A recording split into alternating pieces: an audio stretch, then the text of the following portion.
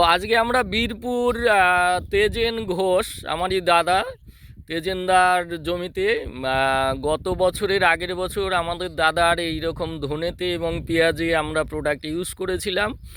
তো গত বছর আমি আসতে পারিনি, এবছর আবার এসেছি। দাদা আমাদের পেঁয়াজ তৈরি করেছে, তো আপনারা ডাইরেক্ট দাদার মুখ থেকে একটু শুনুন। দাদা, প্রথম বছর যে পেঁয়াজটা তৈরি করেছিলেন আমাদের জৈব প্রোডাক্ট ব্যবহার করে, কেমন ছিল?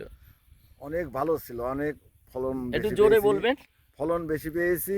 হ্যাঁ। এবং গত বছর আমার একটু খুব একটা আবহাওয়া ভালো যায়নি, ফসলটা ভালো হয়নি। এবার কিন্তু আমার ফসলটা অত্যাধিক ভালো আছে আচ্ছা এই প্রোডাক্ট ব্যবহার করে। আচ্ছা, তো জমিটা একটু দেখাই সবাইকে। এখনো গাছ মানে খুব বেশি বড় হয়নি, খুব ছোট গাছ। গাছের সবুজায়নটা দেখুন আপনারা সবাই, যে গাছটা অরিজিনাল রিয়েল সবুজ বলতে যা বোঝায়, একদম সবুজ গাছগুলো দেখুন।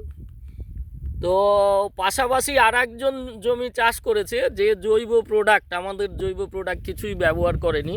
তো সেই জমিটার একটু গুণাগুণ সম্বন্ধে দাদা একটু বলুন।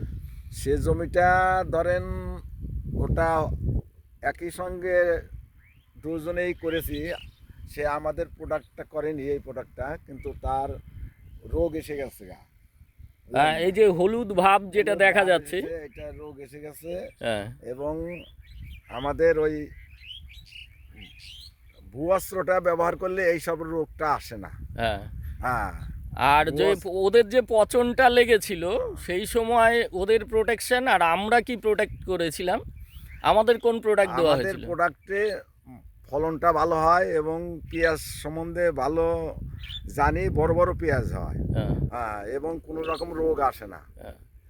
আর এইটা প্রোডাক্টটা ব্যবহার করি না, ওই ফাঙ্গালের জন্য ওরা যেমন মার্কেট থেকে বিভিন্ন ওষুধ কিনেছিল, আমরা ওটাকে মাই প্রাউড দুনে আমার কোনো রোগ আসেনি।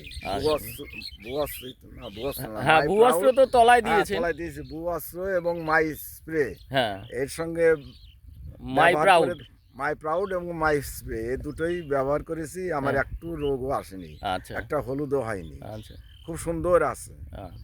তো দাদার জমি দেখলেন। আমরা নেক্সট আরও কিছুদিন পরে দাদাকে বললাম, জমিতে সবে জল দিয়েছে, জমিটা একটু টানলেই দাদা যাতে গ্রো ম্যাজিক এবং মাই স্প্রে ব্যবহার করে, সেটা আলোচনা হয়েছে দাদার সঙ্গে। তার পরবর্তীকালে গ্রো ম্যাজিক মাই স্প্রে ব্যবহার করার পরে আমরা আরেকটা বার আসবো জমিটা দেখতে এবং একটা সুন্দর ভিডিও করব। তো দাদা, সবাইকে কি পরামর্শ দেওয়া যায় যে সবাই এই জৈব পদ্ধতিটা যাতে শুরু করতে পারে? হ্যাঁ, এইটা সবাই যেন করলে এবং ফলনের দিকটা ভালো হবে এবং কোনো রোগ আসবে না। এবং কেমিক্যাল মুক্তও হবে, মানে কেমিক্যালটা কম ব্যবহার করেও কিন্তু ভালো ফসল পাওয়া যায়। তো থ্যাংক ইউ দাদা, আপনাকে অজস্র ধন্যবাদ আমাদের সঙ্গ দেওয়ার জন্য। তো আজকে এই পর্যন্তই শেষ করছি। নেক্সট আমরা লাস্ট ফলন অবধি এই জমিটাকে আমরা পর্যবেক্ষণ করব। থ্যাংক ইউ সবাইকে।